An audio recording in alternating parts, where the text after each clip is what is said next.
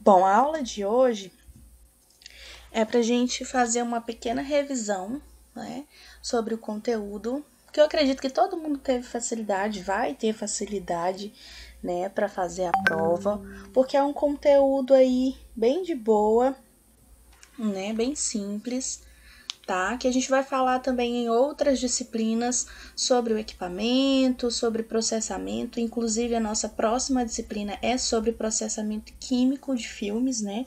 O processo de revelação dos filmes radiográficos, então a gente vai repetir bastante coisa que a gente tá falando nessa disciplina, tá? E amanhã vocês vão estar realizando a última atividadezinha de vocês, valendo 1,5 ponto, tá? E aí, na quarta-feira eu envio a nota. Na sexta, vocês já têm as notas de vocês bonitinho e sabendo que todos passaram, se Deus quiser, né? Todo mundo vai passar de primeira, tá? A gente vai começar hoje voltando lá para nossa primeira aula, né? Que a gente falou sobre o aparelho de raio-x, né? A gente aprendeu aí que os aparelhos, eles podem ser divididos, né? Então aí, primeiramente, ele é dividido aí em grandes subsistemas, tá? Então, o primeiro subsistema do aparelho de raio-x é o subsistema gerador de raio-x, né? Ele é responsável aí por gerar o feixe de radiação, tá? O segundo é o subsistema elétrico, né? Que ele é responsável aí pela alimentação do gerador de raio-x, né? E pelos controles do equipamento, tá? E o último subsistema aí dos 3 grandes subsistemas é o mecânico, né? Que ele é responsável aí pela arquitetura do equipamento e pela proteção e controle do direcionamento do feixe de raio-x que é gerado, tá? Esses aparelhos, né, convencionais de raio-x, além deles terem aí esses grandes subsistemas, né, eles também podem ser divididos em módulos, tá? Então nós temos aí 6 módulos básicos em que o nosso aparelho é dividido, tá? São as partes mesmo do nosso equipamento, tá bom? Então ele pode ser dividido aí em cabeçote, estativa, a mesa, o mural, o gerador de alta tensão e o painel de comando, tá? O cabeçote, né, é onde a gente tem a estrutura metálica, né, onde vai estar lá o tubo gerador de raio-x. Lembrando que a mesa, o mural e o cabeçote, eles ficam na sala de exames, tá? Já o painel de controle, né, ele vai ficar aí numa sala adjunta, né, ou atrás daquele biombozinho, onde a gente tem a janela de vidro plumbífero, né, onde a gente possa visualizar o paciente na sala de exames, né, com biombo e o vidro, tá, que a gente possa ver se o paciente continua lá na mesma, no mesmo posicionamento e que a gente fique protegido aí da radiação espalhada, radiação secundária, tá? Voltando a falar aí do cabeçote, né? É a estrutura metálica que fica aí no interior, né? Do tubo lá, fica o tubo gerado, o raio-x fica dentro do cabeçote, tá? Possui aí 3 orifícios de acesso, né? Então ele tem 2 entradas posteriores, onde é feita a alimentação do tubo de raio-x, e o terceiro orifício, que é onde vai ser a janela onde sai a parcela útil do feixe gerado, tá?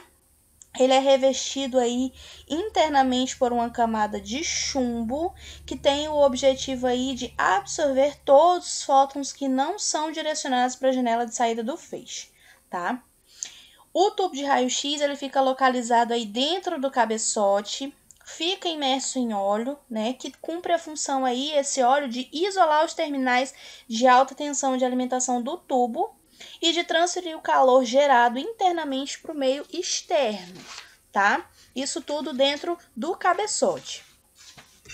O tubo de raio-x, né? No tubo de raio-x é onde ocorre a transformação de energia elétrica em radiação, né? E consiste aí em uma ampola de vidro a vácuo, onde nós temos dois eletrodos, tá? O tubo, quando ele é alimentado por energia elétrica, ele é convertido aí em corrente contínua de alta tensão, vai produzir aí uma corrente eletrônica que sai de um dos eletrodos e vai colidir com o outro. Então, ele vai sair do cátodo e vai colidir com o anodo, que vai gerar aí uma radiação eletromagnética e calor, tá?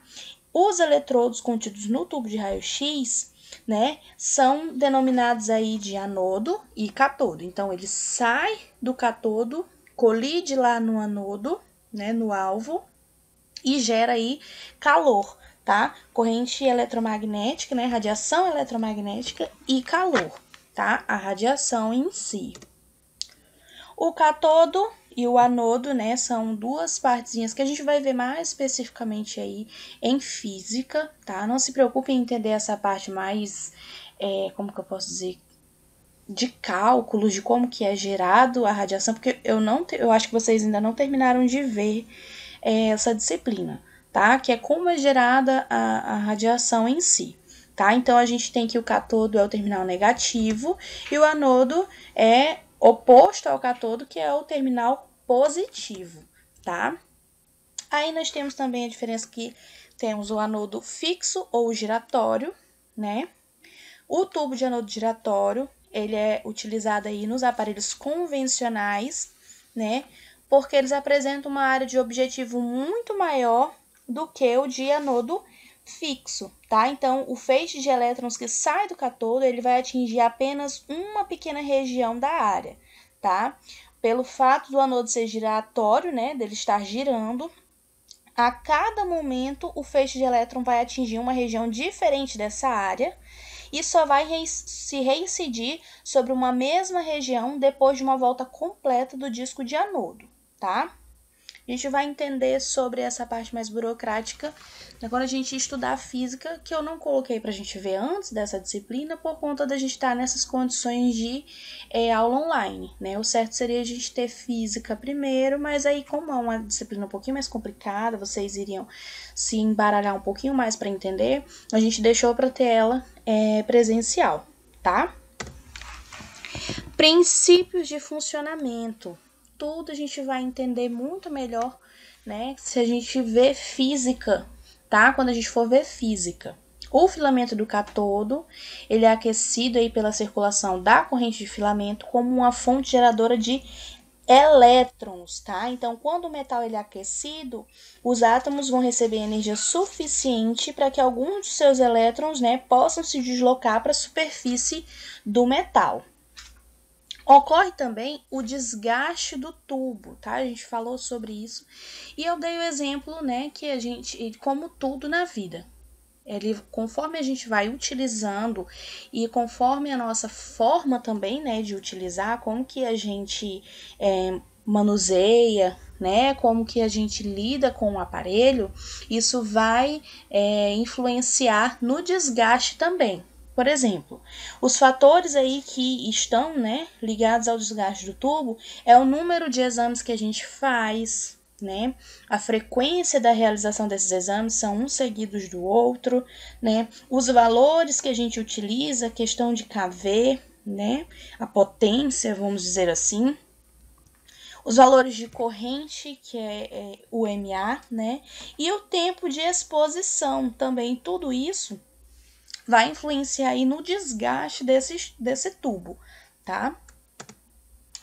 A estativa, né? A gente viu aí sobre as partes, né, do aparelho, conheceu por nome e a função de cada uma. A estativa é aquela parte que se movimenta. A gente pôde ter acesso, né, nas visitas que a gente fez, nas 2 visitas que a gente fez juntos. Quem fez exame também, né, teve como visualizar aí um equipamento.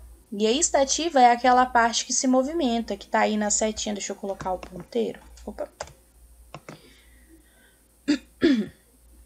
A estativa é essa parte aqui, ó.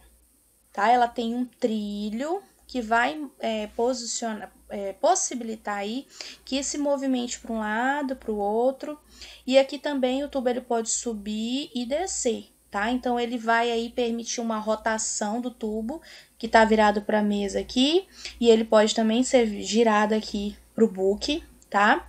E aí, a gente pode direcionar o feixe de raio-x para a mesa ou pro mural, tá? A estativa é essa parte que se movimenta assim de um lado para o outro, para cima e para baixo, nesses eixos aí, tá? A mesa e o mural, os dois têm praticamente a mesma função. A diferença é que um é pra gente deitar, um é deitado, né? E o outro é em pé. Então, o mural a gente também pode chamar ele de book vertical, tá? São as partes aí em que a gente vai acomodar o paciente para a gente poder realizar o exame. Então, na mesa, a gente vai poder fazer aí com o paciente deitado, né? E no book, ou no book vertical, né? Ou no mural, a gente vai fazer com o paciente aí de pé, tá? A gente vai escolher se vai utilizar um ou outro, de acordo com o exame que a gente vai fazer, né? E de acordo também com as condições do nosso paciente. Se eu vou atender um paciente, né, que ele não está em condições de ficar em pé, a gente tem aí que fazer umas improvisações, tá? Dependendo, a gente pode botar ele sentado no mural mesmo e tentar fazer lá no book. Mas de caso não dê, né, a gente faz na mesa. Então, todos os exames que a gente faz no mural, a gente também consegue fazer na mesa, tá? Só fica difícil da gente fazer no mural um exame de pé, por exemplo, né? De joelho. Não tem como a gente fazer lá no mural, né? Aí a gente realiza na mesa. Mas um exame de tórax, por exemplo, que a gente pode fazer, a grande maioria das vezes a gente faz no mural. É um exame que a gente também tem como fazer na mesa, dependendo das condições do nosso paciente, tá? Ambos, a mesa ou o mural, eles têm que ser confeccionados aí com material radiotransparente. O que é um material radiotransparente? Né, que eles não conseguem absorver uma porção aí significativa do feixe antes que o feixe atinja o filme radiográfico, né? Então, eles têm que absorver uma quantidade mínima de radiação para que ela atinja o filme que está lá atrás, tá? O gerador de alta tensão. Esse aí é o equipamento que vai permitir a obtenção da alta tensão de KV, né? A partir da tensão de rede fornecida, né, pela que chamamos de concessionária de energia, tá? É composto aí por um transformador, né, ou um autotransformador, que vai elevar a tensão fornecida para a gente, cujo controle pode ser facilmente obtido através, né, de taps de conexão, que vão permitir aí a modificação dos valores de alta tensão de alimentação do tubo de raio-x, tá? Então, é onde ocorre a transformação de energia, tá? O painel de comando. O painel de comando é onde a gente vai lá colocar o KV, o MA, o tempo, né? Onde a gente vai controlar de acordo com a parte anatômica que a gente está fazendo o exame e de acordo com a estrutura do paciente também, tá? Então, ele vai, a partir do painel de comando, é que a gente também vai acionar o feixe, né? Vai jogar aí a radiação, mesmo a gente estando aí distante, né, do aparelho de radiografia em si, distante do paciente, para nos protegermos, né? Então, aquela história de que o paciente, o técnico corre lá para trás é para a gente se proteger, tá? Então, é por isso que o painel de comando ele tem que ficar fora da sala de exames, tá? Então, ele serve para a gente colocar os parâmetros escolhidos, né, adequados, na verdade, e acionar o feixe de raio-x, tá? Em aparelhos compactos, né, no caso dos aparelhos odontológicos ou nos aparelhos móveis, né, por exemplo, o raio-x móvel, o tomógrafo móvel, esse painel, né, ele tem que ficar aí localizado no próprio corpo do aparelho, né? Porque a gente vai estar movimentando ele de uma sala para outra, então não tem como o painel ficar num lugar que não seja vinculado com o próprio aparelho, tá? Então, ele vai ficar junto do aparelho, mas ele tem um botão de disparo com um cabo, né, que permite que a gente dispare com uma distância um pouco segura, né, do objeto, do paciente, tá? Assim como o gerador de alta tensão, a mesa, o mural e o cabeçote do tubo de raio-x, né, o painel de comando ele pode estar localizado na sala de exames, mas protegido lá pelo biombo, né? Que fica entre o paciente e nós, né? Esse biombo todo mundo conhece, né? Lá na CEDIMP, onde a gente foi fazer a nossa visita, é um pouquinho diferente, né? Porque na verdade não é um biombo pequenininho em si, é como se fosse uma salinha reclusa, né, Cláudia? E aí nem tem o vidrinho, o técnico vê como é que tá o paciente, volta para dentro da sala e dispara, tá? Mas, por exemplo, lá na UPA, lá no PS, se eu não me engano, no Intel eu não entrei na sala de raio-x, mas nesses pontos assim, o biombo, né, como se fosse uma mini salinha só com a portinha pra gente entrar e tem o vidrinho pra gente poder estar visualizando o paciente se ele continua, né, no mesmo posicionamento, do mesmo jeitinho que a gente deixou ele na hora que a gente posicionou, tá? Isso ajuda muito, né? O biombo com o vidro ajuda muito quando a gente está realizando exames de crianças, porque elas ficam se mexendo, né? E aí a gente visualizando, no momento que ela para no posicionamento lá que a gente deixou, a gente dispara. Isso ajuda para que a gente consiga ver o momento exato que a gente pode disparar o raio, tá? Aqui nós temos duas imagens de painel de comando. O primeiro aqui é um de periapical, tá? Radiologia odontológica. E esse daqui é de um aparelho convencional, ok?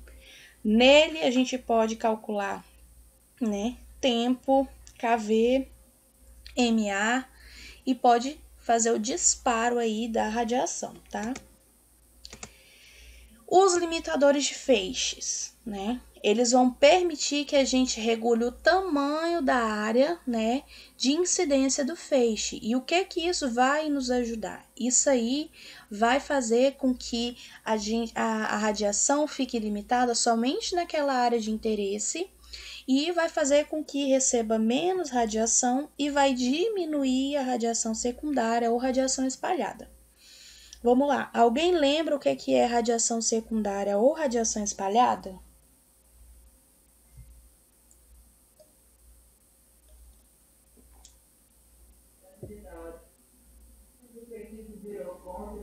E aí, gente, ninguém?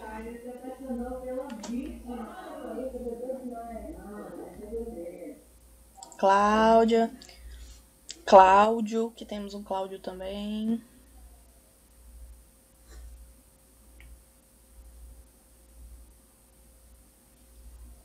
Tem alguém assistindo a minha aula? Porque eu acho que eu tô só. Eu não lembro, Ah, sim, não tem problema. Vou falar de novo. Radiação espalhada ou radiação secundária é aquela que o limitador de feixe vai jogar radiação somente naquele objeto de estudo. Por exemplo, na mão a gente vai colimar, né, e vai ser jogado somente lá na mão. Mas sempre a gente tem uma radiação que ela vai escapar, né? Que ela vai ficar solta na área onde a gente na sala de exames. Então a gente, por mais que a gente colime e fique lá só na mão, né? Sempre vai ter aqueles, como que a gente pode dizer, resíduos de radiação, né? Vai escapar para os lados. A gente chama de radiação secundária, né? É aquela radiação que não foi diretamente absorvida lá pelo objeto de estudo. Ela vai ficar solta. Então a gente pode chamar de radiação secundária ou espalhada, tá? E esses limitadores de feixe, eles fazem com que a gente limite ali o objeto de interesse para diminuir essa radiação secundária, essa radiação espalhada, tá? Vai diminuir a quantidade dessa radiação que não foi absorvida pelo objeto, tá? Então, esses limitadores de feixe, né, eles podem ser divididos aí, determinados por 3 sistemas diferentes: a abertura do diafragma, cones e cilindros e os colimadores, tá? O diafragma. A limitação da abertura do diafragma, né, é a maneira mais simples da gente fazer essa limitação do feixe de raio-x. Então, é uma placa de chumbo que fica lá onde sai a radiação, fica presa ao cabeçote do tubo e vai diminuir essa quantidade de radiação secundária. Os cones e cilindros é uma segunda forma, né? Tem a capacidade aí de delimitar o feixe de raio-x na saída, ao passo que os cones apresentam uma área de saída. Até esqueci de passar o slide. O cone. Os cones têm formatos diferentes. Ele pode ser em cilindro, né? Ou o cone em si. Então, o que eles fazem? Quando eles têm uma área de saída maior, né? O do cone vai ter um pouquinho mais de radiação espalhada. A de cilindro, a saída dele é menor, tá? Então, esses dispositivos, eles são utilizados aí para fazer exames do crânio, dos seios da face, né? E eles contribuem aí para melhorar a imagem e reduzir a dose de radiação, tá? Tanto os cilindros como os cones, eles funcionam aí como limitadores de feixe, né? E são posicionados aí distante do tubo gerador de raio-x e apresentam as aberturas aí maiores que a do diafragma, tá?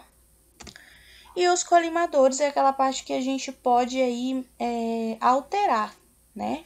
Então, aí os colimadores, eles são ajustáveis, tá? Eles são compostos aí de 2 pares de lâminas de chumbo, né? Com ajustes, que eles são comuns aí nesses raios-x diagnóstico. A imagenzinha aí, vocês conseguem ver o foco de luz. Isso aqui serve para a gente se basear no tamanho da área onde o feixe vai atingir, tá? Então, de acordo com a parte que a gente vai analisar, né?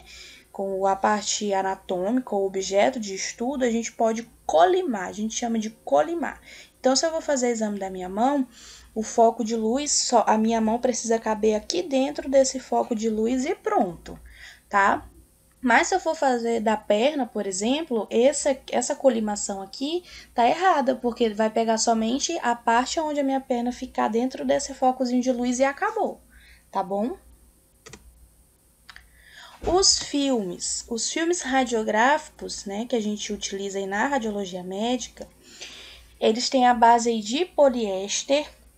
A gente vai falar sobre os filmes de novo na próxima disciplina, que é justamente sobre o processo aí químico deles, tá? Eles são feitos aí numa base de poliéster, azulado e transparente, onde a gente tem aí os sais,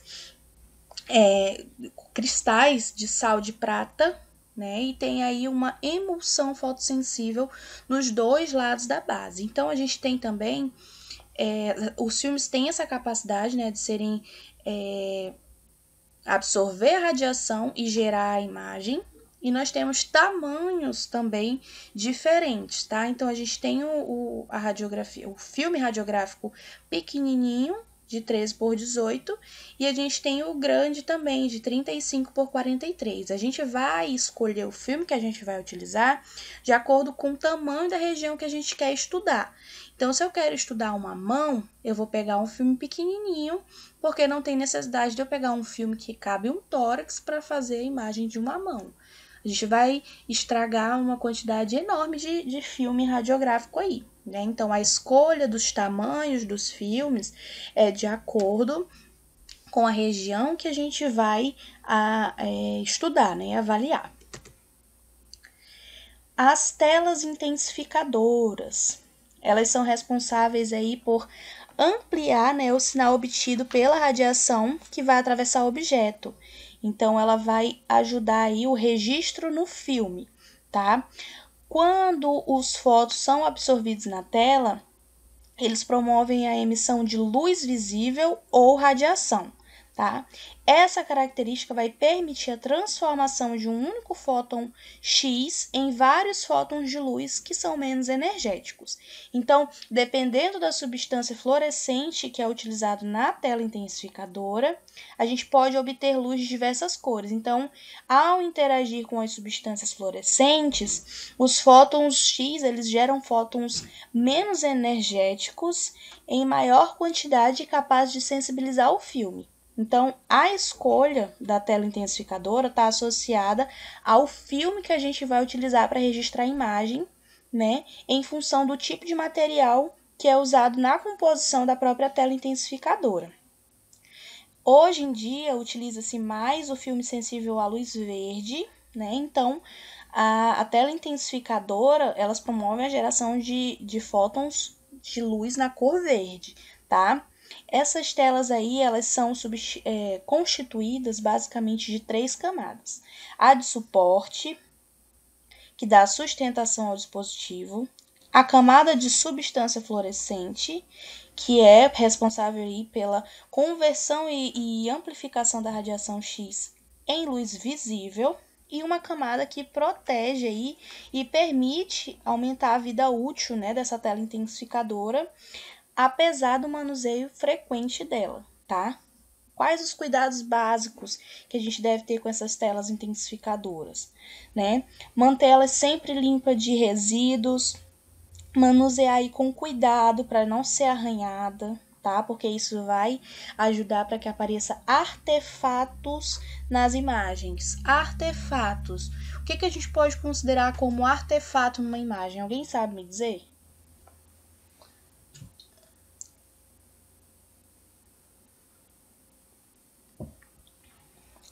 E não sai perfeito, sai com defeito? Isso, por exemplo, eu tenho um botão, um paciente está usando uma camisa que tem botão e eu fiz uma radiografia daquele paciente com aquela camisa e o botão apareceu na imagem. Pode estar considerando aí que esse botão na imagem é um artefato? Sim. Exatamente. Um arranhão na tela intensificadora pode promover aí, né, um artefato na imagem, ou seja, esse arranhão pode aparecer lá na imagem e às vezes a gente pode até confundir com alguma patologia, com alguma coisa de errada, né, na imagem do paciente, tá? Então a gente tem que ter cuidado em manusear também, tá? Eu lembro uns professores até comentaram sobre esse fato de um paciente, né, que fez um exame na cidade, eu não lembro quais eram as cidades, não sei se era aqui, não me lembro. Mas a história era que o paciente fez o exame e no exame apareceu uma espécie de bicho no tórax, uma sujeira no tórax. E aí todo mundo, os médicos viram, diagnosticaram que o paciente estava com problema e isso e aquilo, não tinha como fazer o tratamento na cidade. O paciente vendeu tudo, fez das tripas coração e foi embora para poder fazer o tratamento, né, fora. Quando chegou lá, ele foi submetido a fazer outro exame, outro raio-x. E foi detectado que nada mais era que sujeira no tubo, sujeira no aparelho da cidade onde ele tinha feito o primeiro exame. Então, olha só o que um artefato pode causar, né? Um diagnóstico errado, né? De profissionais aí que não prestem atenção, não pedem outro exame. Então, a gente tem que ter muito cuidado com esse tipo de coisa, tá? E também com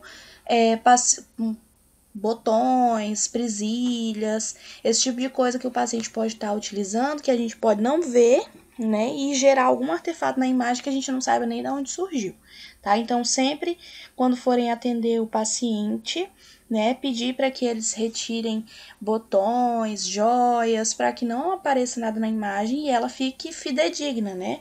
Que seja somente o corpo mesmo, a parte anatômica do paciente, sem nada que esteja atrapalhando na imagem, tá? E as telas intensificadoras é uma parte que a gente tem que prestar atenção para não arranhar, né? Porque aparece na imagem. Os chassis, eles estão aí para proteger todo, o filme, a tela intensificadora, é a parte mais forte, tá? Eles são compostos aí de duas folhas articuladas, né? Ou seja, elas abrem como se fosse um livro, abre e fecha, né? E permite acomodar as telas intensificadoras junto com o filme, que vai produzir a imagem física depois do processamento. Então, o filme ele é acomodado dentro do chassi, né? Lá dentro de uma câmara escura, que é protegido da luz para que o filme não seja velado. Né? O chassi, além de proteger o filme da luz durante o trajeto dele da sala escura até a sala de exames, né? Ele vai contribuir significativamente para a qualidade da imagem, né? Porque ele vai proporcionar aí um ajuste homogêneo no acoplamento das telas intensificadoras com o filme radiográfico. Tá? Então, o manuseio do chassi também deve ser aí cuidadoso, tá? Para a gente evitar os danos mecânicos. O que são os danos mecânicos? Para não quebrar nenhuma partezinha do chassi, nenhuma presilha dessa de trava, tá? Porque isso aí vai possibilitar que a luz infiltre, né? E que vele aí alguma parte do filme dentro do chassi, tá? Então, cuidado ao manusear também, não deixar cair, não bater, para não danificar nenhuma parte e permitir que a luz entre aí no chassi, tá? As grades antidifusoras, né? A utilização da grade antidifusora é o meio mais funcional para a gente remover aí a radiação espalhada. De novo, a radiação espalhada aí do sinal que sai do objeto e é utilizado na geração da imagem, tá? Aqui a gente tem a imagem de onde fica a grade antidifusora. Ela é composta aí por uma série de lâminas de chumbo, né, que são alternadas por material radiotransparente, que pode ser o alumínio ou o acrílico. Então, a gente tem aqui, ó, os pedacinhos, uma parte de chumbo e a outra do material radiotransparente. Essas lâminas de chumbo, elas são posicionadas aí de maneira que a maioria dos raios-x primários que ultrapassem o objeto, né, passe entre elas sem atingi-las, tá? A utilização dessa grade aí vai ajudar na atenuação do sinal de saída, né, fazendo com que haja uma maior exposição do objeto, da área analisada, para gerar aí um contraste necessário à imagem diagnóstica. Então, a gente tem o tubo, o objeto, a mesa, tá? Que a gente estava vendo onde o paciente pode ficar acomodado na posição horizontal. E a gente vai aprender sobre posicionamentos que a gente pode chamar de decúbito, tá? O paciente deitado, a gente chama de decúbito. Então, o paciente deitado de peito para cima é o paciente em decúbito dorsal. E o paciente deitado de peito para baixo é em decúbito frontal, tá? Deitado de peito para baixo, de peito para cima. Aqui a superfície da mesa. Abaixo dela, a grade antidifusora, tá? Então, aí a gente tem a bandeja com o chassi, a radiação vai atravessar o objeto, a mesa, que é de material radiotransparente, a grade antidifusora até atingir o filme que está dentro do chassi aqui embaixo na bandeja, tá bom? O sistema de processamento. A gente fez o exame no paciente, posicionou, fez o exame no paciente e a gente precisa agora processar a imagem, né? Revelar lá a imagem. A gente, para fazer isso, a gente pode utilizar a câmara escura, né? Onde a gente faz aí o processo manual, ou utilizando a processadora automática de filmes, tá? Os dois processos são semelhantes. A diferença é que um a gente utiliza a máquina, o outro é a mão mesmo, tá? Depois que o filme ele é exposto, ele vai ser tirado do chassi lá dentro do ambiente escuro, da câmara escura. E aí a gente vai passar ele pelo revelador, fixador, vai lavar e vai secar, podendo ser manual ou na processadora, tá? Então, a revelação é a fase do processamento onde vai formar a imagem, tá? Na fixação, os cristais que não receberam luz, que não foram afetados, né? Eles vão ser dissolvidos e vão ser eliminados da camada de emulsão, tá? Aqui a gente tem uma imagem de processadora. tá? Essa daqui é a processadora automática. Do mesmo jeito, ela tem onde ficar o revelador e o fixador, tá? Quais são os tipos dessas câmaras escuras? A gente tem a câmara escura molhada e a seca, tá? Qual que é a molhada? É aquela que a gente faz o processamento manual do filme. A gente tem que tirar o filme lá dentro da câmara escura, tira de dentro do chassi, mergulha nos químicos, põe para secar, tudo isso manualmente. A câmara escura seca, como o nome já sugere, a gente não precisa estar mexendo aí com os químicos, com a água. Tudo isso vai acontecer dentro desta processadora, tá? Então, são os dois tipos de câmara escura. No processamento automático do filme é a seca, né? A gente vai tirar lá dentro da câmara escura, vai colocar, né, dentro da processadora e ela vai fazer todo o processo lá dentro sozinha, tá? Os processamentos do filme radiográfico, tá? O processamento do filme ele pode ser realizado nesse processo manual e automático. No manual, a gente vai utilizar colgadura, que são, eu não sei se eu coloquei aqui a imagem da colgadura, eu acho que não. Mas a gente, como se fosse pregador de roupa, vamos supor assim. A gente utiliza as colgaduras, né? Vai mergulhar primeiro no revelador, depois na interrupção, na fixação, na lavagem e depois a gente seca, tá? No processamento automático, é utilizado aquelas máquinas de revelar, tá? E aí não são mais 5 etapas, são apenas 4. O que vai sumir aí no processamento automático? O químico de interrupção, tá? No processamento automático, a processadora vai fazer lá a revelação, a fixação, vai lavar e vai secar, tá? Esse sistema também tem controle de temperatura e tudo vai ser feito, a gente vai esperar a radiografia só sair, cair lá na cestinha, esperar terminar de secar, tá? E a gente utiliza aí os tanques de abastecimento com o revelador e o fixador que tá na imagem que eu mostrei para vocês, tá? Os tipos de processamento foi o que eu acabei de falar. E as etapas do processamento do filme radiográfico, tá? Primeira etapa, segunda etapa, terceira etapa. Vocês têm que saber a ordem, né, dessas etapas. Na primeira, a gente revela, tá? Então, a gente usa o químico que a gente chama de revelador, né? Que ele consiste na redução química de todos os íons de prata, tá? A segunda etapa